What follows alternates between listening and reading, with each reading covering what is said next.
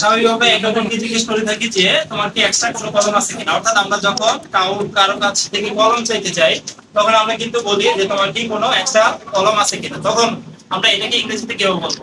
তো এটা বলার জন্য আমরা বলতে পারি যে did you have any extra pen. এর জন্য আমরা বলতে পারি যে did you have any extra pen. যদি থাকে তাহলে পাশের জন্য বলতে পারে ইয়েস আই হ্যাভ, আর যদি না থাকে তাহলে বলতে পারে no I haven't. No I haven't. তো আমরা এখন প্র্যাকটিস করব। তুমি তুমি ওকে জিজ্ঞেস করো যে তোমার এক্সট্রা কোনো কলম আছে কিনা, এটা কি জিজ্ঞেস করো। Did you have any extra pen? Yes, Yes. কি বলবো তুমি? Yes I have, yes I have. তারপর কলম দেওয়ার সময় কি বলবা? Yeah. Here you are. কি বলবা? Here you are. দাও, কলম দাও।